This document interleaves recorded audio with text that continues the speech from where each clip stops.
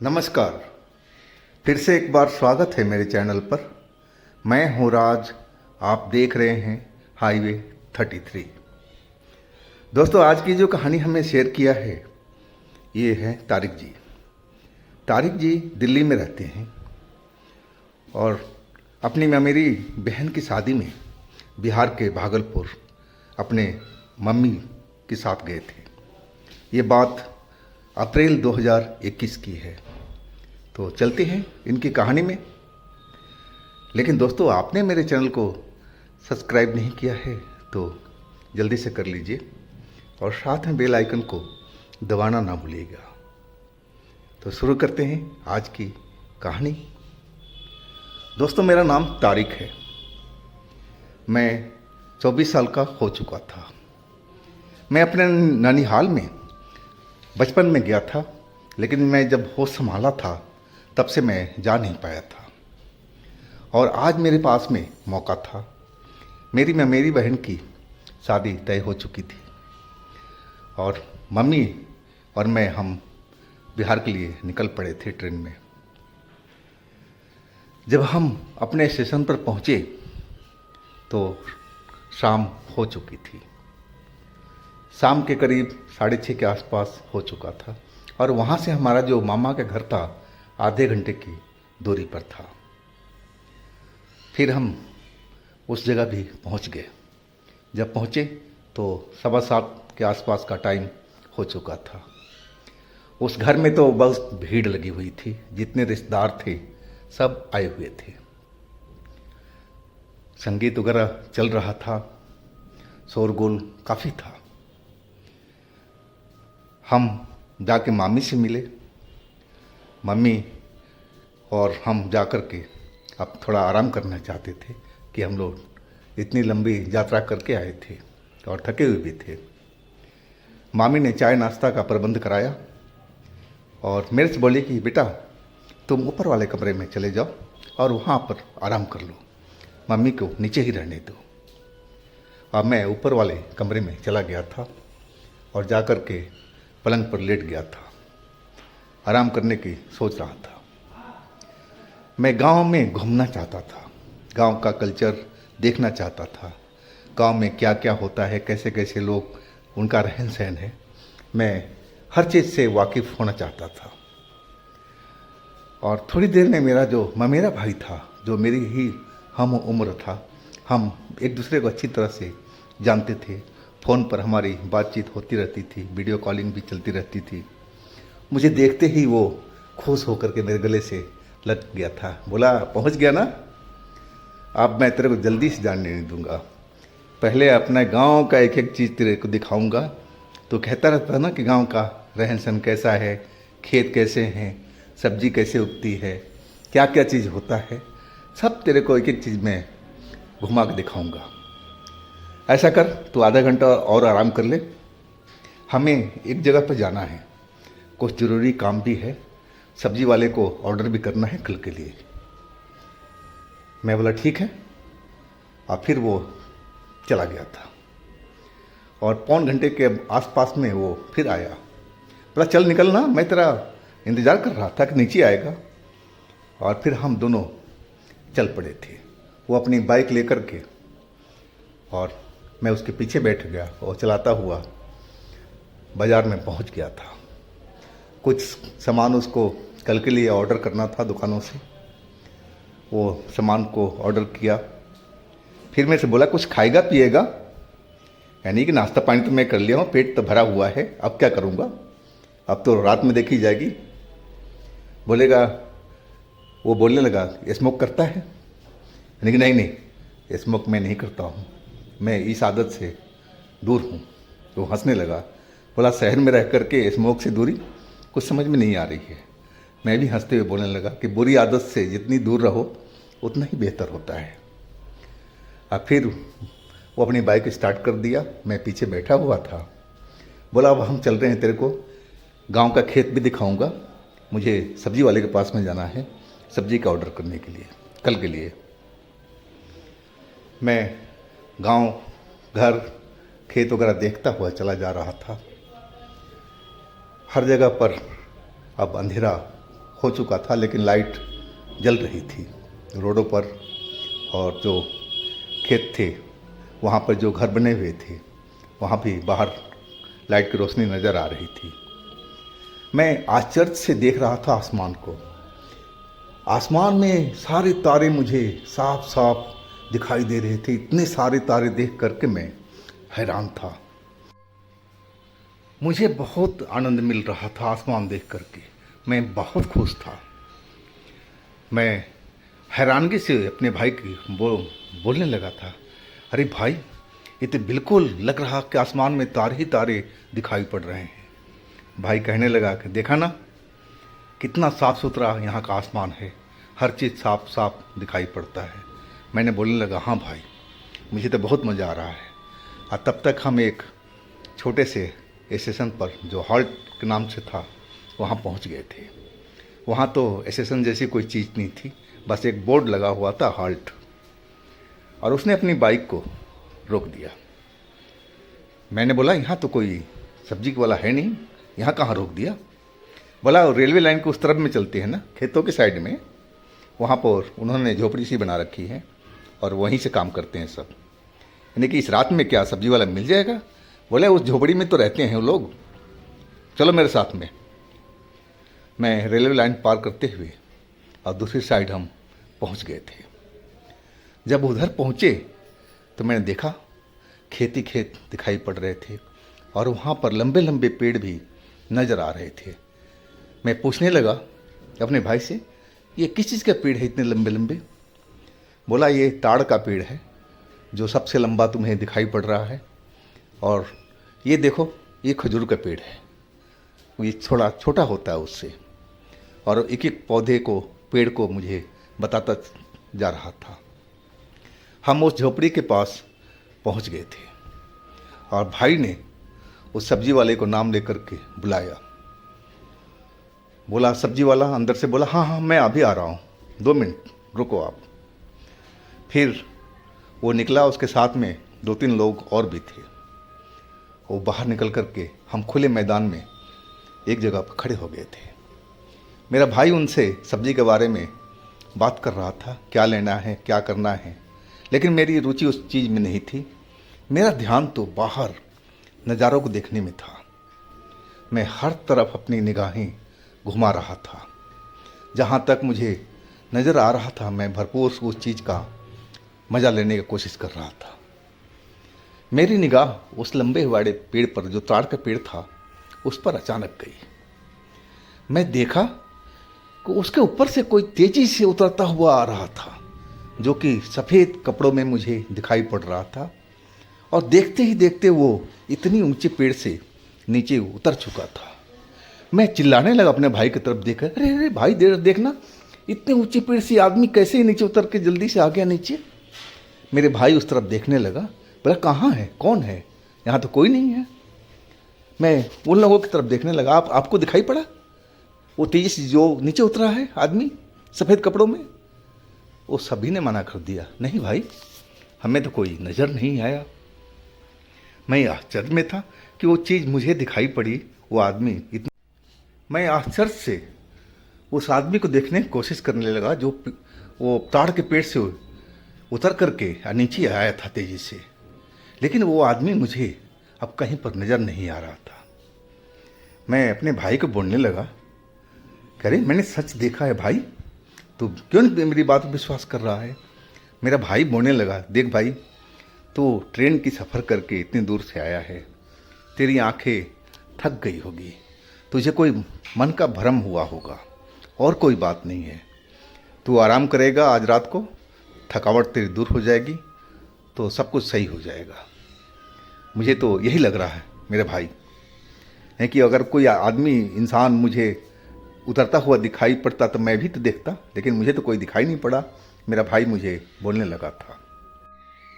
अब मेरे भाई का तो सब्जी वाला काम हो चुका था और बोला, चलो अब चलते हैं घर, यहाँ का काम तो अब हो चुका है। और फिर हम रेलवे लाइन पार करके अपने बाइक के पास पहुँच गए थे। लेकिन मैं उसी आदमी को मन में बिठाए हुए था कि आखिर कौन था इतना लंबा आदमी सफ़ेद कपड़ों में जो मुझे दिखाई पड़ा, इन लोगों क्यों दिखाई नहीं क्यों पड़ा। मैं यही सोच विचार करता हुआ और कई बार मैं पीछे मुड़ करके देखता हुआ आ रहा था, लेकिन वो मुझे कहीं दिखाई नहीं पड़ा। अब हम बाइक के पास पहुंच गए थे और मेरे भाई ने बाइक स्टार्ट करके अब बोला बैठो अब चलते हैं। फिर हम तो अपने घर आ गए थे। मैं घर जब पहुंचा तो मेरे सर में दर्द शुरू हो गया था और मेरा जो शरीर था वो भारी भारी सा होने लगा था। मुझे नीचे में अच्छा नहीं लग रहा था क्योंकि नीचे में संगीत चल रहा था, डीजे वगैरह बज रहे थे और शोर शराबा से मुझे पसंद नहीं आ रहा था। मैं एक चादर और एक तकिया लेकर के अपनी माँ से बोला कि मैं जा रहा हूँ छत पर, मेरा तबीयत कुछ सही नहीं लग रहा है। माँ बोली बेटा खाना खा ले फिर चले जाना, लेकिन मैं बोला नहीं माँ, मुझे भूख नहीं है, मैं जा रहा हूँ सोने के लिए छत के ऊपर में, यहाँ तो बहुत शोर शराबा है। अब फिर मैं छत पर आ गया था। रात भर वहाँ पर नीचे में शोर सुनाई पड़ रहा था, लेडीज संगीत चल रही थी।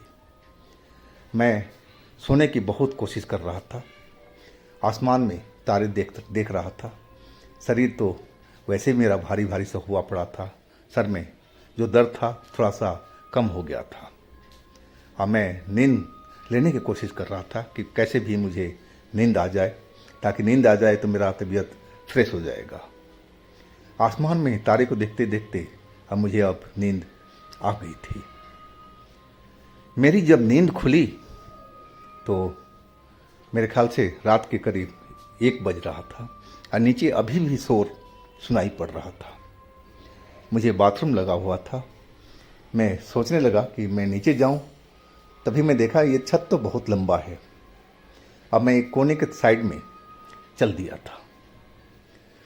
कोने में जा कर के मैं बाथरूम करके और अपने बिस्तर पर आकर के लेट गया। और तभी मेरी निगाह सामने की घर पर पड़ी, जो दूसरा घर था, किसी और का था। वो 2 मंजिल का मकान था और उसकी जो दूसरी मंजिल थी उसके बालकनी के बाहर में मुझे वही चमकीले कपड़े वाला, सफ़ेद कपड़े वाला इंसान जो ताड़ के पेड़ से उतर करके भागा था, वही मुझे दिखाई पड़ा और उसकी लंबाई बहुत ज़्यादा थी और वो मेरे ही साइड देख रहा था। अब मैं उसको साफ साफ देख रहा था। वो मुझे कोई 50-55 साल का ऐसा ही इंसान दिखाई पड़ रहा था, जिसके सर के बाल सफ़ेद थे, दाढ़ी भी सफ़ेद थी और मेरी ओर वो घूर घूर करके देखते जा रहा था। अब जैसे ही वो घूर करके देखना शुरू किया तो मुझे तो बड़ा डर सा लगा। मेरे जो हाथ पैर थे, लग रहा था कि जैसे सुन्न पड़ते हुए चले जा रहे हो। मैं अपने हाथ पैर को हिलाने की कोशिश कर रहा था, लेकिन मैं हिला नहीं पा रहा था। पता नहीं क्यों, क्या हो गया था मेरे साथ में। और तब तक तो वो जो इंसान जो था सामने के छत पर, वो अपनी लंबी टांगे करके, एक टांग तो उसी छत पर था उसकी बालकनी में और दूसरी टांग हमारे छत पर कर दिया था। इतना लंबा इंसान और हमारे पास में बिल्कुल नज़दीक आ चुका था।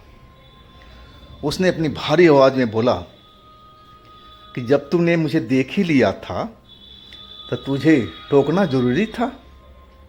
तूने तो बहुत बड़ी गलती कर दी है, तूने तो बहुत बड़ी गलती कर दी है। उसकी आवाज़ बहुत ही भारी था और आवाज़ में एक अजीब सी रूखापन था और उसकी आवाज़ सुन करके तो मेरे सारे शरीर में जो जैसे एक बिजली सी दौड़ गई थी। पहले ही मेरा शरीर काम नहीं कर रहा था, अब तो उसकी आवाज़ सुन करके मैं डर के मारे मेरा बुरा हाल हो चुका था। और वो फिर कहने लगा कि तू यहाँ से चला जा, इस गांव से तू चला जा, तभी तेरी इसमें भलाई है। तू भाग जा यहाँ से, तू भाग जा यहाँ से। और फिर तो जैसे मेरी आंखें बंद हो चुकी थी। मैं देखने की आंखें खोलने की कोशिश कर रहा था, लेकिन मेरी आंखों के आगे तो अंधेरा ही अंधेरा दिखाई पड़ रहा था, जैसे मैं किसी अंधेरी कोठरी में चला आया हूँ और मैं बाहर निकलने की कोशिश कर रहा हूँ, लेकिन मुझे कोई रास्ता नज़र नहीं आ रहा है, कोई रोशनी मुझे दिखाई नहीं पड़ रही है। मैं उस अंधेरे कमरे में इधर उधर भागने की कोशिश कर रहा हूँ कि कोई भी रास्ता मुझे मिल जाए, लेकिन कोई भी रास्ता नहीं मिल रहा था और तभी मुझे बेहोशी सी छा गई थी। अगले दिन मेरी आँख खुली थी, दिन के करीब 12:30 के आसपास में। मेरे जितने रिश्तेदार थे सब मेरे को घेर करके खड़े थे। अब मैं छत पर नहीं था, अब मैं नीचे था आंगन में। मेरी मम्मी भी थी वहीं पर, मेरे मामा मामी सारे रिश्तेदार सब लोग मुझे घेर करके खड़े थे। अब मैंने देखा कि सामने की मस्जिद जो थी उनके जो हाफिज जी थे वो भी मेरे पास ही खड़े थे। मुझे आंखें खोल देखते हुए सबके चेहरे पर मुस्कान दौड़ गई थी। मेरी माँ बोलने लगी, बेटा तू ठीक है ना, क्या हुआ था तेरे साथ में? वो कई सवाल करने लगी थी। हाफिज जी बोले कि रुक जाओ बहन, मुझे पूछने दो। और वो हाफिज जी मेरे पास में बिल्कुल आ गए थे और वो बोलने लगे, बेटा कल तुम कहाँ गए थे और क्या वहाँ पर तूने अजीब चीज़ देखी थी कोई? मैं अपने भाई की तरफ देखने लगा, लेकिन भाई तो चुपचाप खामोश था, वो कुछ बोला नहीं। फिर वो हाफिज जी मुझसे पूछने लगे, बेटा तुम बताओ ना, तुमने कोई अजीब सी चीज़ देखी थी कल जहाँ तुम गए थे? मैंने बोला, हाँ जी, मैंने एक पेड़ से सफ़ेद कपड़े में एक आदमी को, इंसान को ऊपर से नीचे उतरते हुए देखा। और फिर मैं अपने भाई को जो सामने खड़ा है इसको बताया था, और वहाँ पर जो सब्जी वाले थे उनको भी बताया था कि देखो कितनी तेज़ी से वो इंसान ऊपर से नीचे कैसे दौड़ करके आया है। लेकिन इन लोगों की कोई नज़र नहीं आया, वो चीज़, वो इंसान मुझे ही नज़र आया था। तभी वो हाफिज जी कहने लगे कि बेटा वो एक जिन्न था, तुम्हें देख लिया था, और तुमने जो उसे देख लिया था तो तुम्हें किसी को बताने की ज़रूरत नहीं थी। लेकिन तुम तो शहर के आदमी ठहरे, तुम्हें तो कुछ यहाँ का रीति रिवाज का कुछ पता ही नहीं है कि यहाँ पर क्या चलता है। मैं हाफिज जी की बात सुन करके फिर से डर चुका था। वो मुझे देखते हुए बोले, डरो नहीं डरो नहीं, मैं सब कुछ बता रहा हूँ।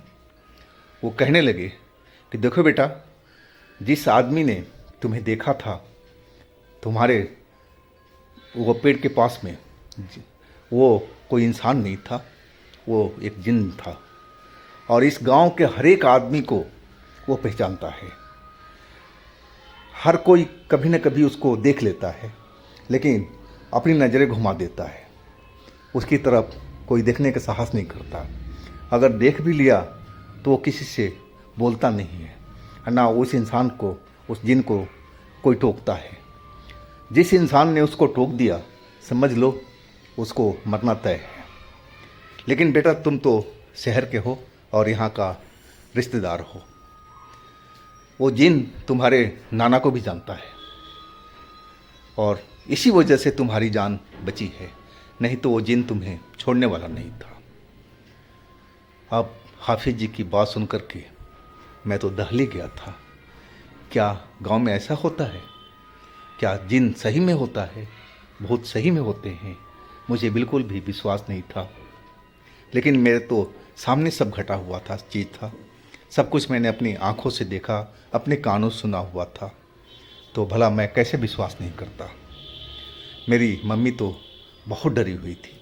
वो हाफिज जी कहने लगे कि आप लोग घबराओ नहीं, अब कुछ नहीं होगा, जिन ने इसे माफ़ कर दिया है, से अब कोई चिंता की बात नहीं। लेकिन बेटा आगे से ध्यान रखना, कोई भी अजूबी चीज़ देखो उस पर अपनी निगाहें तो ज़रूर रखो, लेकिन किसी को बताओ मत, ना उस चीज़ को तुम कभी टोको।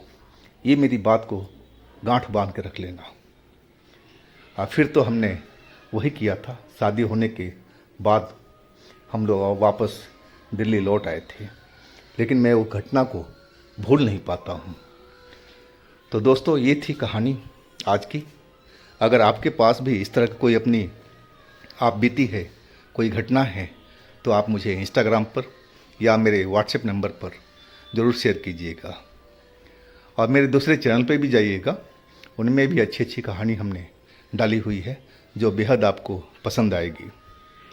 मेरे इस चैनल को भी सब्सक्राइब कीजिएगा, लाइक कीजिएगा, शेयर कीजिएगा। फिर हम दोस्तों मिलते हैं अगले दिन एक नई कहानी, एक नई घटना में। तो आप लोग अपना बहुत ही ख्याल रखिएगा।